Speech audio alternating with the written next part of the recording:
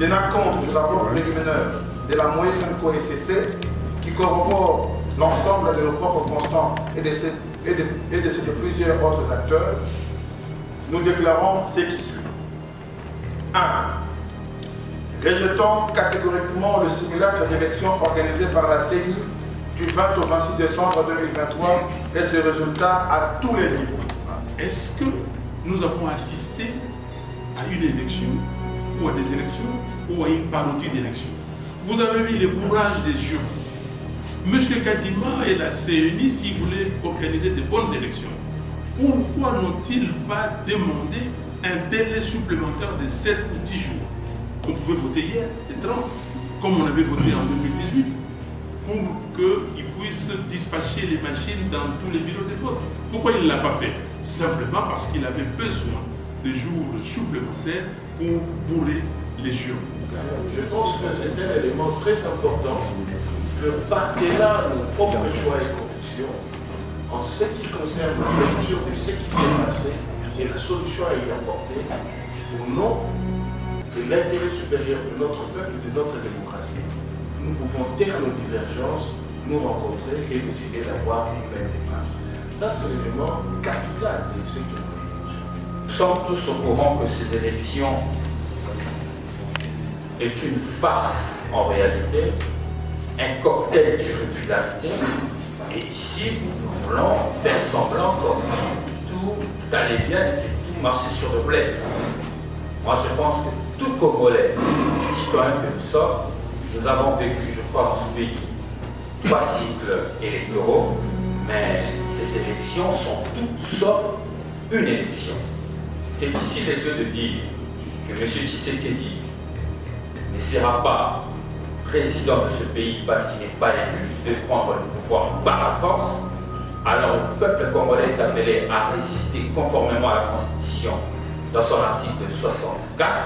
Nous avons le droit constitutionnel de manifester contre cela et la Constitution nous donne ce droit-là.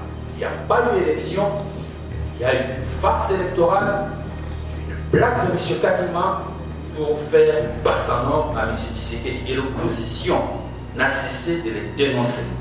Nous avons participé à cette élection pour démontrer que l'opposition était prête à gagner M. Tshisekedi de manière démocratique. Celui-ci n'ayant aucun bilan, il a choisi la voie de la fraude.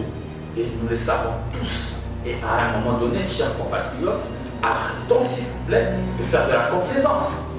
Il n'y a pas d'élection, il n'y a pas de gagnant. Tout ce que nous demandons aujourd'hui, c'est de refaire de bonnes élections pour la maturation de notre démocratie.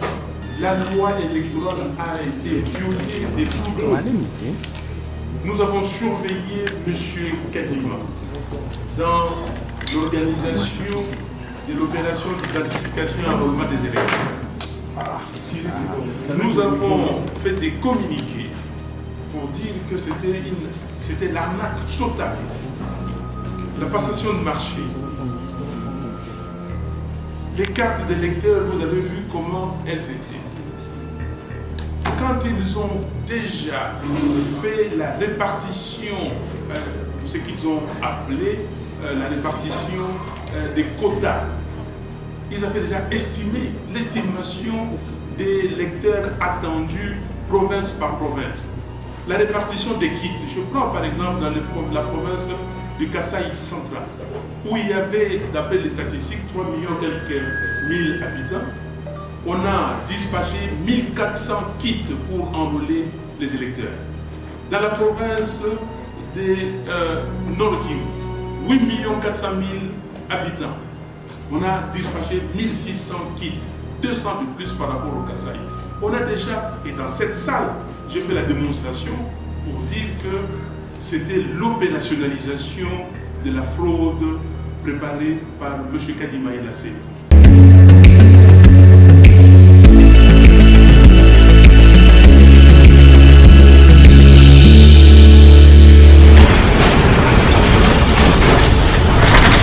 Ma Mission TV, le miroir du monde.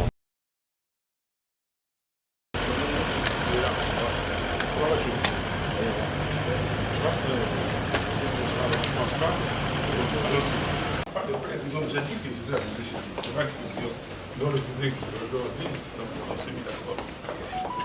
Bonjour, président. Bonjour. Ça va, attends un peu.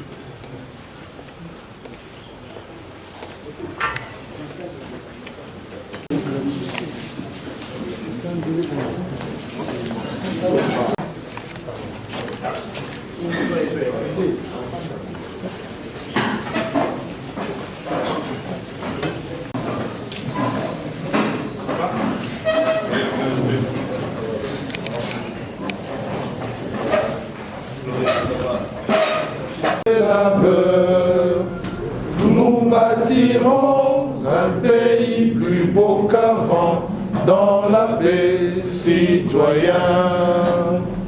Entonner l'hymne sacré de notre solidarité, fièrement saluer l'emblème d'or de notre souveraineté. Congo, ton béni, Congo, des aïeux, Congo, au pays, Congo, bien-aimé, Congo, nous peuplerons ton soleil, nous assurerons ta grandeur.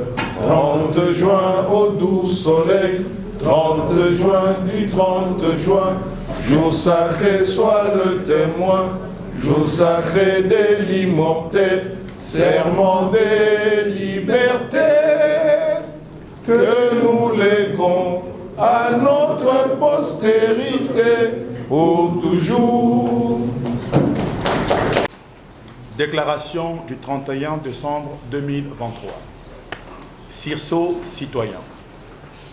Nous, force politique et sociale, candidats président de la République, responsables de partis politiques, acteurs de la société civile, leaders d'opinion et personnalités indépendantes, réunis ce 31 décembre 2023 à Kinshasa, indignés par l'ampleur de la fraude et de la tricherie constatée lors du simulacre d'élection du 20 décembre courant, notamment la poursuite illégale des opérations de vote pendant 6 jours en violation de l'article 52 de la loi électorale, l'existence des bureaux de vote parallèles, la détention des machines à voter par des candidats du régime en place, le recrutement du personnel des bureaux de vote au sein de l'Union sacrée de la nation, l'acceptation de votants sans carte de lecteur, la limitation drastique d'accréditation des témoins de l'opposition, la non-acceptation et l'expulsion des observateurs et des témoins et de certains candidats valablement accrédités dans les bureaux de vote, le bourrage des urnes en faveur du candidat Félix Tshisekedi ainsi que des candidats de son obédience politique. De ce qui précède, tenant compte du rapport préliminaire de la Moïsenko SCC qui corrobore l'ensemble de nos propres constants et de ceux de plusieurs autres acteurs, nous déclarons ce qui suit. 1. Rejetons catégoriquement le simulacre d'élection organisé par la CENI du 20 au 26 décembre 2023 et ses résultats à tous les niveaux. 2. Exigeons l'organisation des vraies élections par une CENI effectivement indépendante. 3. Appelant la population congolaise et toutes les forces vives de la nation à rester mobilisées sur l'ensemble du territoire national pour sauver notre démocratie et notre nation en péril, conformément à l'article 64 de la Constitution de la République. Enfin, 4. Demandons à notre peuple, dès la proclamation de la fraude électorale ce soir, de protester massivement dans la rue contre les Miyibi, les Bivi, Bamwizi, Bamiyibi, les voleurs de nos voix. Faites à Kinshasa le signateur pour les candidats présidents. M. Floribert Isilokeshi Anzuluni, M. Diongo Shanka Franck, Fayulu Madidi Martin, Katumbi Chapwe Moïse, Kikuni Masudi 7, Matata Mponyo Mapon, Mukwege Mukirenga Denis, Ngoi Théodore, Sesanga Ipung Deli, Pour les responsables des partis politiques, Jean-Claude Vouemba. Pour les acteurs de la société civile, M. Silva Serge, Martin Milolo, Lalo Jean Bosco, Bambi Jeff. Pour les leaders d'opinion, M. Amouri Mouchaba Benjamin, M. Bopomi Bolapa Mino, M. Jacques Foutou Jacques, Isongo Foutou Jacques, M. Kabeya Mikishi Palmer, M. Mambokuta Emmanuel, Matumo Bienvenue, Moindo Stewar, Okonda Kersan, Madame Kalonji Tchala, enfin M. Chikonde Louise. Je vous remercie. Merci pour cette dynamique qui va aller jusqu'au bout. Et j'insiste dessus, votre responsabilité est engagée.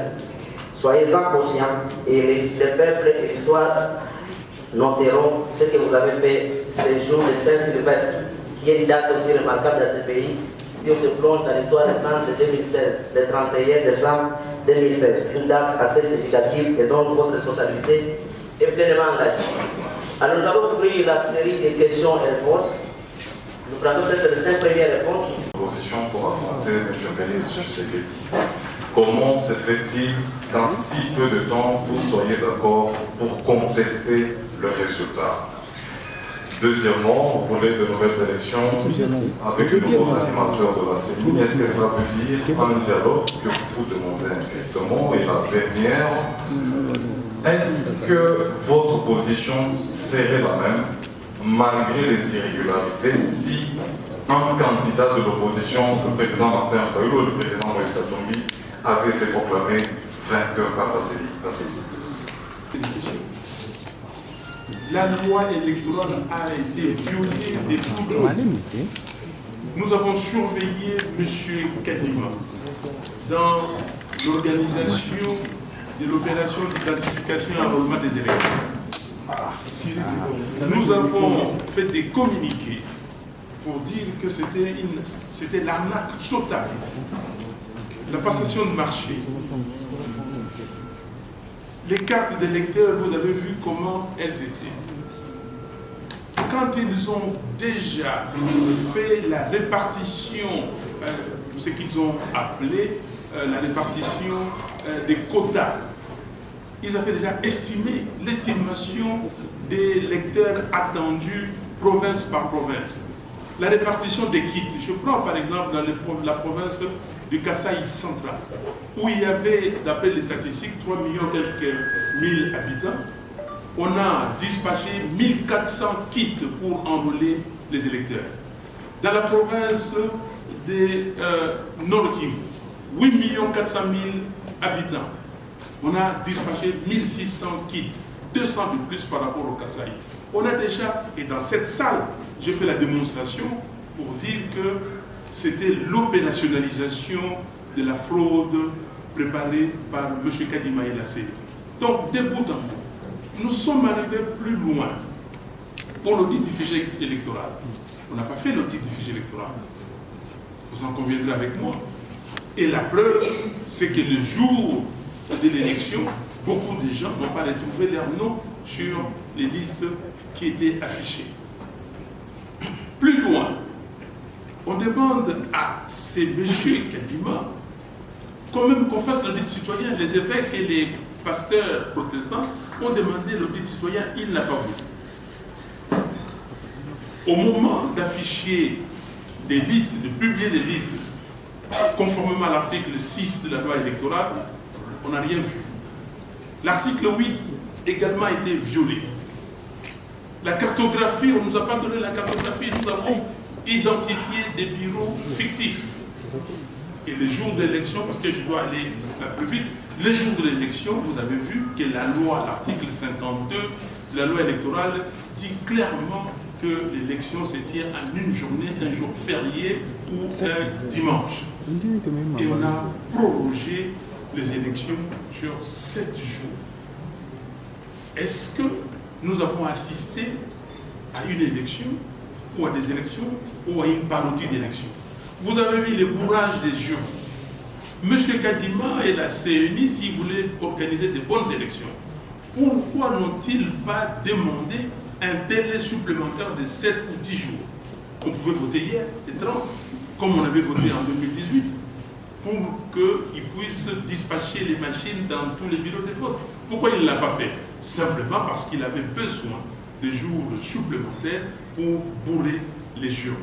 Il avait besoin de cette coupure-là et il l'a fait. Et vous avez vu, il y a des machines qui étaient placées ailleurs, les machines qui étaient destinées dans certains bureaux, on a des bureaux en Ngaba par exemple, qu'on a utilisés ailleurs, qu'on a amené en Ngaba 2-3 jours après.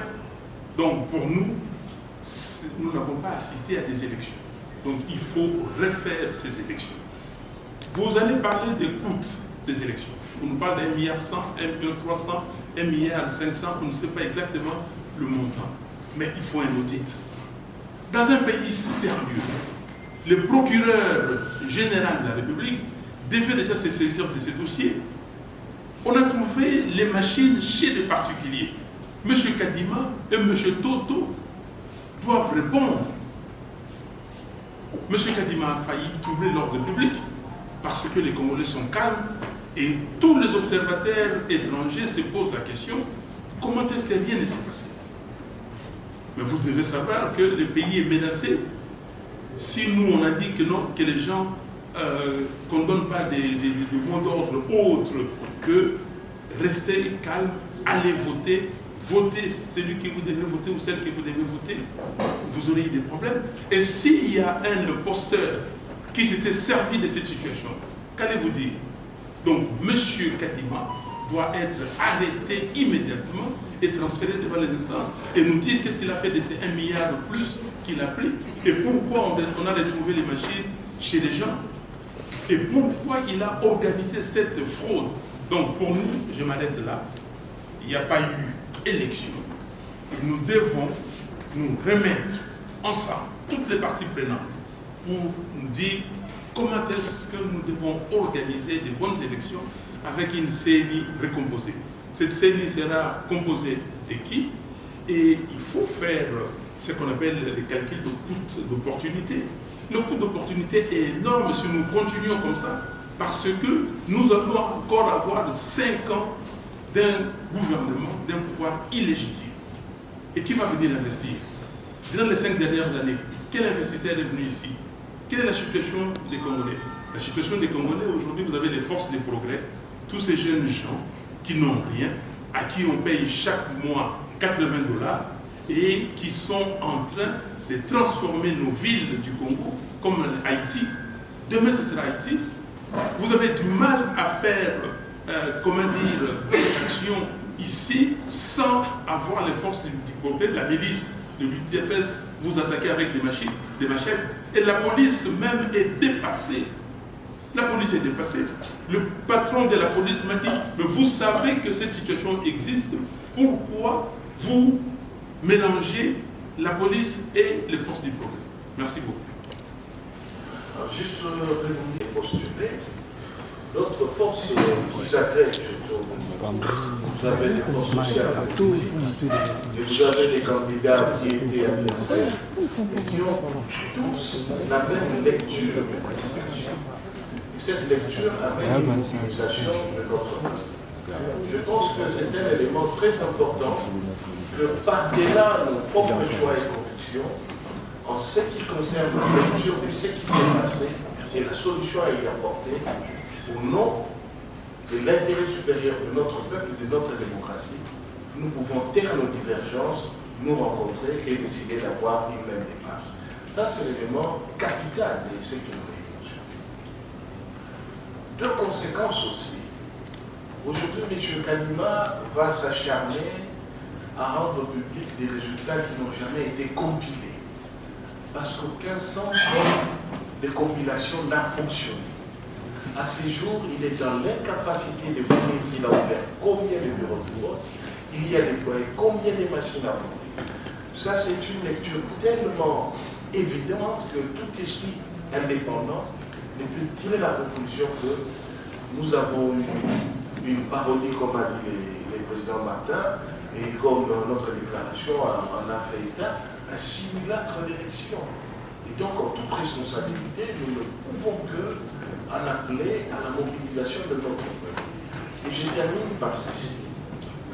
Aucun d'entre nous n'accepterait de confier son enfant aux soins d'un individu qui se présente comme étant médecin s'il est apparu que cette personne avait triché aux études et n'avait pas du tout obtenu son bulletin de médecin.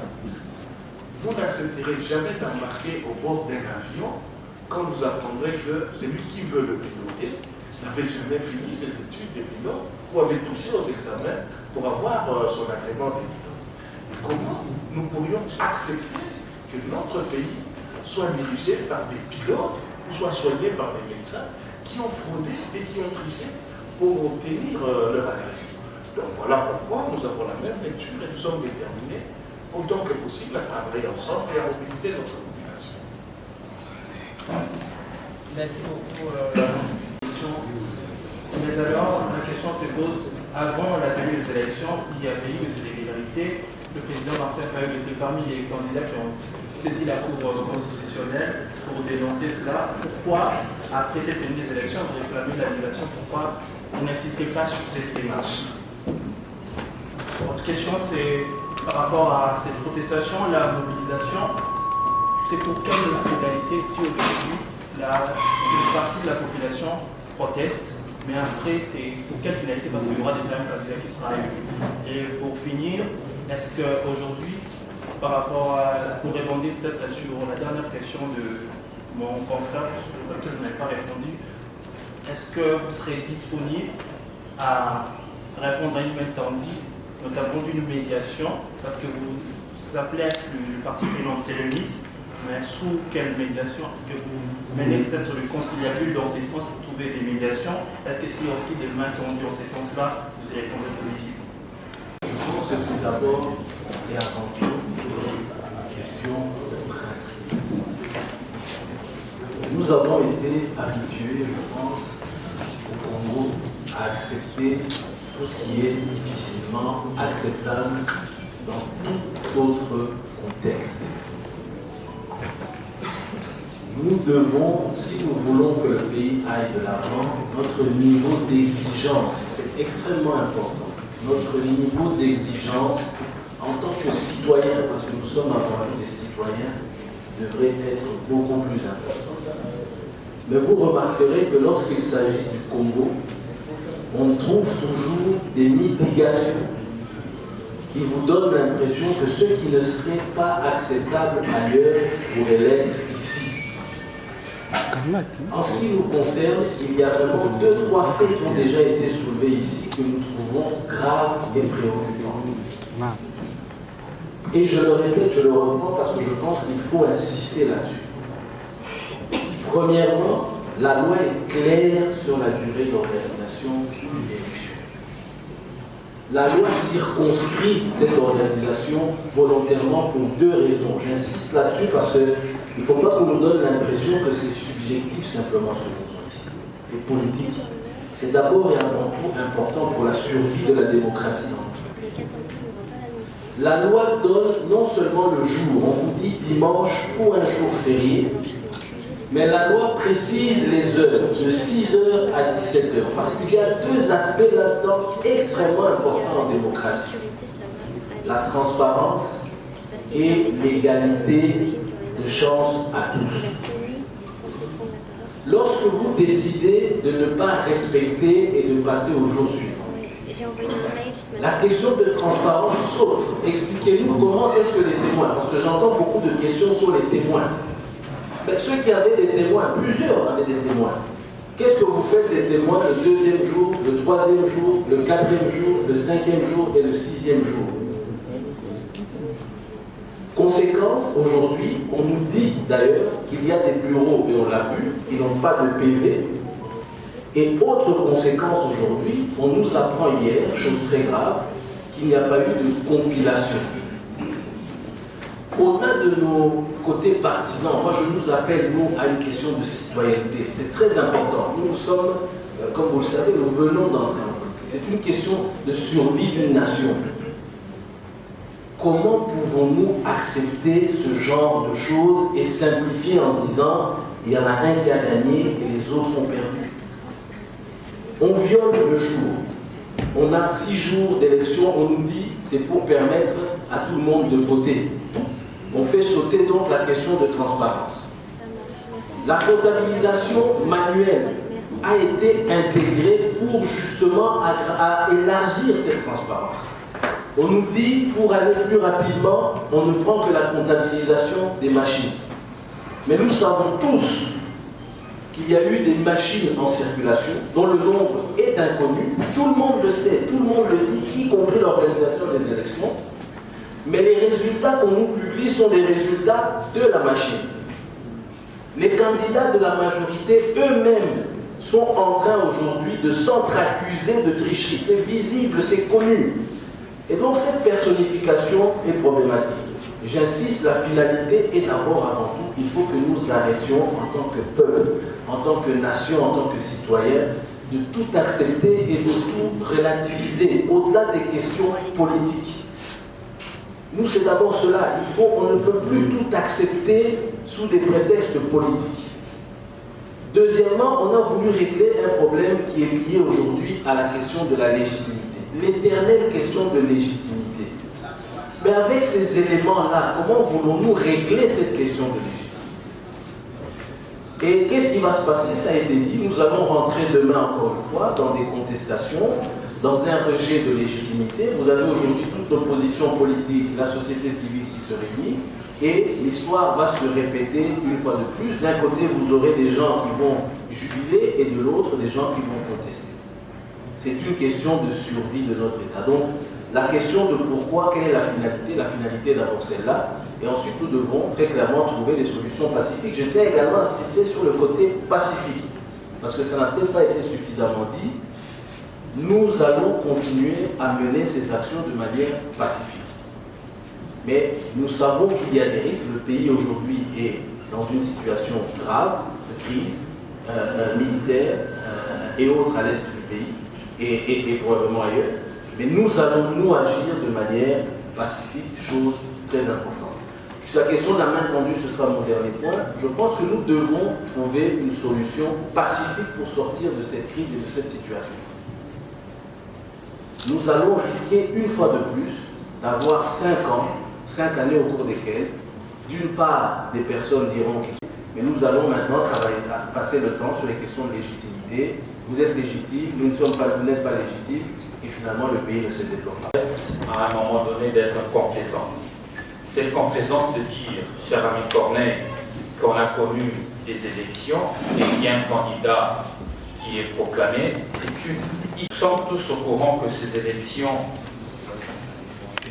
est une farce en réalité, un cocktail d'irrégularité. Et ici, nous voulons faire semblant comme si tout allait bien et que tout marchait sur le bled. Moi, je pense que tout Congolais, citoyen que nous sommes, nous avons vécu, je crois, dans ce pays 3 cycles électoraux, mais ces élections sont toutes sauf une élection. C'est ici le lieu de dire que M. Tshisekedi ne sera pas président de ce pays parce qu'il n'est pas élu, il veut prendre le pouvoir par la force. Alors le peuple congolais est appelé à résister conformément à la Constitution dans son article 64. Nous avons le droit constitutionnel de manifester contre cela et la Constitution nous donne ce droit-là. Il n'y a pas eu élection, il y a eu une farce électorale, une blague de M. Kadima pour faire une passe en or à M. Tshisekedi. Et l'opposition n'a cessé de les dénoncer. Nous avons participé à ces élections pour démontrer que l'opposition était prête à gagner M. Tshisekedi de manière démocratique. Celui-ci n'ayant aucun bilan, il a choisi la voie de la fraude. Et nous le savons tous. Et à un moment donné, chers compatriotes, arrêtons s'il vous plaît de faire de la complaisance. Il n'y a pas d'élection, il n'y a pas de gagnant. Tout ce que nous demandons aujourd'hui, c'est de refaire de bonnes élections pour la maturation de notre démocratie. Je crois que c'est la chose que moi j'aimerais bien compléter et que cela soit ancré dans le mémoire des Congolais qu'il n'y a pas eu élection, il y a une farce électorale et tout ce que nous demandons aujourd'hui, c'est la réorganisation des bonnes élections avec une nouvelle CENI, comme on l'a toujours demandé. l'opposition est restée constante. L'opposition n'a pas changé sa posture, sauf que le pouvoir a tout fait pour se maintenir par la force. Et cette force-là, le peuple congolais n'est pas prêt à l'accepter. Nous allons mobiliser la population, comme l'a dit dans cette déclaration, à travers nos leaders bien sûr. Cette mobilisation sera faite, et je le dis que M. Tshisekedi n'aura ni légitimité, ni légalité, et le peuple congolais va s'autodéterminer pour son avenir.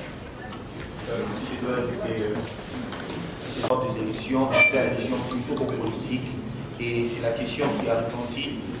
L'opposition, vous n'étiez pas d'accord, aujourd'hui vous êtes d'accord. Écoutez, les élections n'engagent pas simplement les hommes politiques, mais c'est plutôt tout un peuple. Aujourd'hui, la jeunesse représente 70% et c'est eux qui souffrent. Aujourd'hui, vous voulez nous dire que nous allons comprendre. Ce n'est pas une affaire de M. Martin Fayulu, ni de M. Moïse Katumbi, ni de M. Matata Ponyo, Septikouni, mais c'est le peuple. Si nous devons comprendre ces élections, faisons passer M. Tshisekedi, on a 5 ans de souffrance, on a 5 ans de détournement, on a 5 ans de sécurité. Pourquoi nous devons toujours comprendre ce qu'on ne doit pas comprendre? On a développé une capacité. Cette capacité de bien vivre dans des conditions difficiles, on a accepté de vivre avec nos détournements de rats, c'est passé. On a accepté de vivre avec l'insécurité à l'Est, c'est normal. Mais lorsque un peuple n'est pas à mesure de revendiquer ce qui est ce droit, ce peuple ne mérite pas être défendu. Aujourd'hui, au-delà de ces leaders devant vous, il faut voir que cette affaire engage tout un peuple. 5 ans d'irrégularité, 5 ans de souffrance. On ne peut pas encore continuer à cela. Et moi ici, quand je prends la parole et je parle, je vois plus la jeunesse qui représente 70%. Et je ne crois pas qu'un jeune sérieux, un jeune digne peut prendre ses voix et aller voter un régime que nous tous nous connaissons qui n'ont pas servi le pays. Donc ici, il faut dissocier cette conception que Martin Fayulu, M. Moïse Katumbi, M. Septikouni, M. Matata, ce n'est pas eux. Parce que dans cette affaire, ils n'ont rien à perdre. C'est nous qui perdons plus, c'est la jeunesse qui perdons plus. Donc ici, le peuple doit se réveiller et dire non à cette imposition dictatoriale qu'on veut nous donner en détournant nos voix. Voici ma contribution. Je vais juste ajouter qu'on ne peut pas saisir la Cour constitutionnelle parce que cette Cour n'est pas indépendante. Vous avez suivi le président de cette Cour qui congratulait M. Kadiba et la CENI. Donc on ne peut pas saisir la Cour constitutionnelle. Deuxièmement, c'est bon. Ah ouais. Deuxièmement, nous avons essayé, nous avons saisi la Cour parce que la Cour pouvait décider ex ante. C'est-à-dire, avant, c'était voir est-ce que ce que la CENI faisait, c'était régulier, la régularité du processus. Et la Cour nous a dégoûtés, donc on ne peut pas saisir cette Cour, elle est au service de M. Tshisekedi. Mais je vais lancer un message à la communauté internationale. Si un pays étranger, aujourd'hui, considère que ces élections étaient des élections, c'est qu'il y a un problème. Ou on ne respecte pas le peuple congolais, ou bien il y a un sérieux problème de conception de la démocratie. Comment voulez-vous que vous avez un code électoral qui définit tout et vous violez ces codes? Prenons les articles 70 et 71, ou à partir de 69, de la proclamation des résultats. Mais on dit bien qu'avant de proclamer les résultats, il faut amener les plis au centre local de compilation des résultats. Et dans ces centres-là, il y a aussi des témoins des candidats. Et après avoir compilé, les centres envoient à la CENI et la CENI proclame les résultats provisoires à partir de ces résultats compilés dans ces centres. On ne l'a pas eu. Et comment quelqu'un peut justifier que ces résultats-là soient valables? Cela veut dire pour les Congo, on ferme les yeux, on dit que nous, les Congos ne comptent pas dans l'agenda du monde. Nous avons le problème de l'Ukraine, nous avons le problème d'Israël et de la Palestine à régler, nous avons tant d'autres problèmes, et vous, écoutez, continuez dans la jungle, continuez dans l'illégitimité. expliqué. Et ça serait un manque de respect au peuple congolais. Cela veut dire que nous ne faisons pas partie des Nations Unies. C'est comme on nous traite. Les FDLR sont là. Au lieu de régler le problème du FDLR, non, le Rwanda est un petit pays. On prend fait de cause pour le Rwanda et non pour le Congo. Non, cela suffit. Et ça suffit. Et c'est pour cela que nous disons au peuple congolais, il n'y a personne qui peut porter votre destin. Il n'y a personne qui peut changer les choses chez vous, chez nous, c'est nous-mêmes. Donc, dès qu'on publie les résultats, chers amis, ce ne sont pas les résultats des élections, c'est un mascarade. Il ne faut pas accepter cela. Vous dites la main tendue. Quelle main tendue? La main tendue, c'est refaire les élections, nous retrouver autour d'une table. Comment est-ce que nous pouvons articuler cette période entre maintenant et les élections organisées? Comment organiser ces élections? Comment mettre en place une CNI récomposée, responsable? Et nous y allons. Dire autre chose, c'est un manque de respect total à l'égard de ces peuples. Merci beaucoup.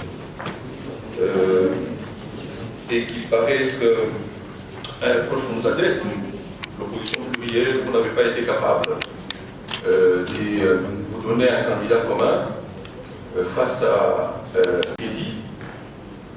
Comment aujourd'hui vous vous présentez en face de nous comme étant un bloc voulant manifester face à ce que vous qualifiez comme étant la fraude?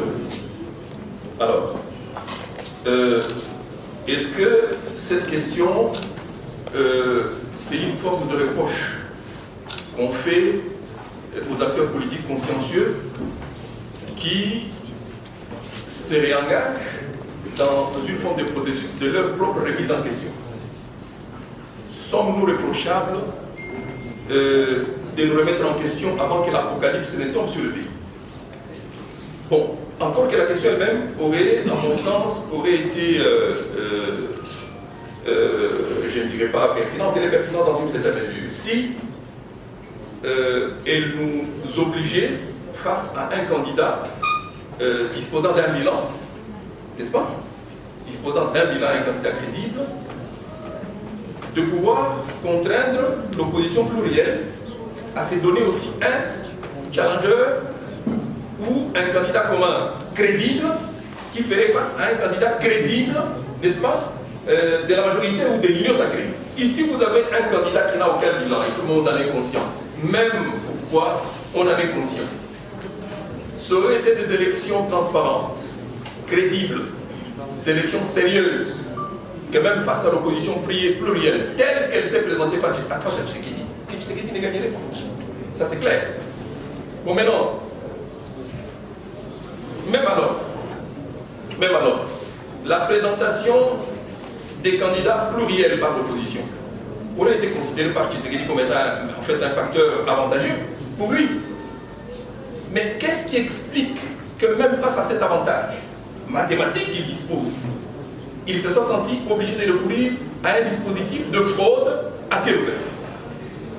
Ça dit qu'il y a un problème quelque part. Donc, messieurs, même face à l'opposition plurielle, s'est senti obligé de recourir à la fraude parce qu'il n'était pas en mesure d'engranger les suffrages qu'il lui faut. Et donc, on ne peut pas nous reprocher aujourd'hui, face à ces évidences-là, de pouvoir aujourd'hui nous resserrer les coudes pour dire nous avons commis peut-être des erreurs dans les passés. Remettons-nous en question pour la suite avant que l'apocalypse ne tombe sur le pays. Bravo. Merci beaucoup, monsieur le secrétaire général. De la campagne. Vous avez suivi la campagne. Ces gens-là sont devenus amnésiques. Ils ont propulsé des candidats et puis ovationné des candidats, et les jours des élections, ils font autre chose.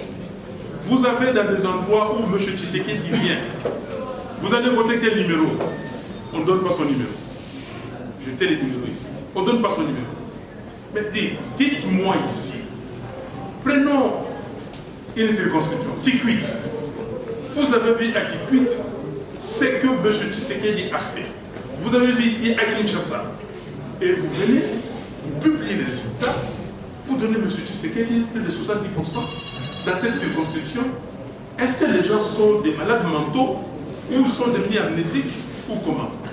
Donc, vous savez, Mobutu disait à l'époque, en Lingala, à table même si vous voulez voler, volez tranquillement. Mais la tricherie, là, cousue du fil blanc, ça ne passera pas. Et j'insiste, ça, surtout pour la communauté internationale. On ne peut pas nous prendre pour de moins que rien, parce que nous sommes les citoyens du monde et nous avons assisté, nous avons vécu et nous avons vu, même de loin, les élections dans d'autres pays du monde. Il ne faut pas demain venir nous dire oui, nous avons pris acte. Oui, les catholiques et les protestants ont été clairs. Les questions qu'ils posent sont des questions pertinentes. Il faut que la CNI nous dise combien de machines elle a achetées, combien de machines ont été dispatchées, dans quel centre, combien de bulletins de vote ont été commandés et combien sont restés. Il faut un inventaire. Donc, chers amis, les membres, les amis de la presse, je crois que vous-même, vous devez faire certaines réconciliations et certaines corrélations pour voir que ce qu'on nous offre ici, c'est nauséabond. Merci. Question en Lingala. Donc, le solo bamakamu, que ma polami salamité. Oui, salami wana, eza maseki, eza kotiola, bakongomage. Oui, salami wana, ndenge bakubi nyonso balobi awa, toyebi te na mokolo ya lelo, ndeko kadima afungola ba bureau de vote combien? Toyebi te na mokolo ya lelo, ndeko kadima apesa ba machine à voter combien? Ba machine à voter nyonso oyo bakangi na bango bato, ezalaki kaka bato ya kaya ndeko Tshisekedi Tshilombo. Wana emonani ntina ba video. Lelo ndeko kadima akopesa ba résultat oyo eleki ata na compilation te. Maponami asali eza libanda ya mobeko. Article 51 ya loi électorale elobaki basalaka maponami to mokolo ya eyenga to mokolo ya ferie. Ya solo bakonzi bapesaki mokolo moko ya ferie. Ekobanda na 6h esili na 17h.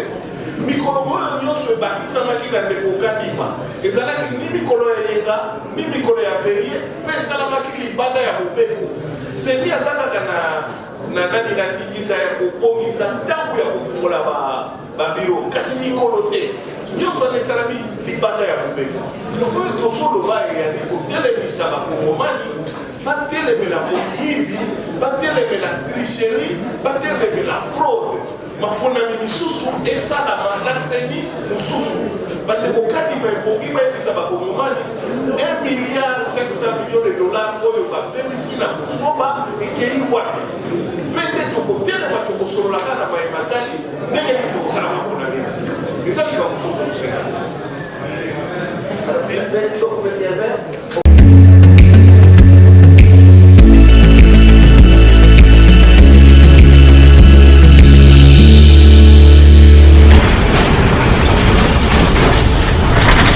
Ma mission TV, le miroir du monde.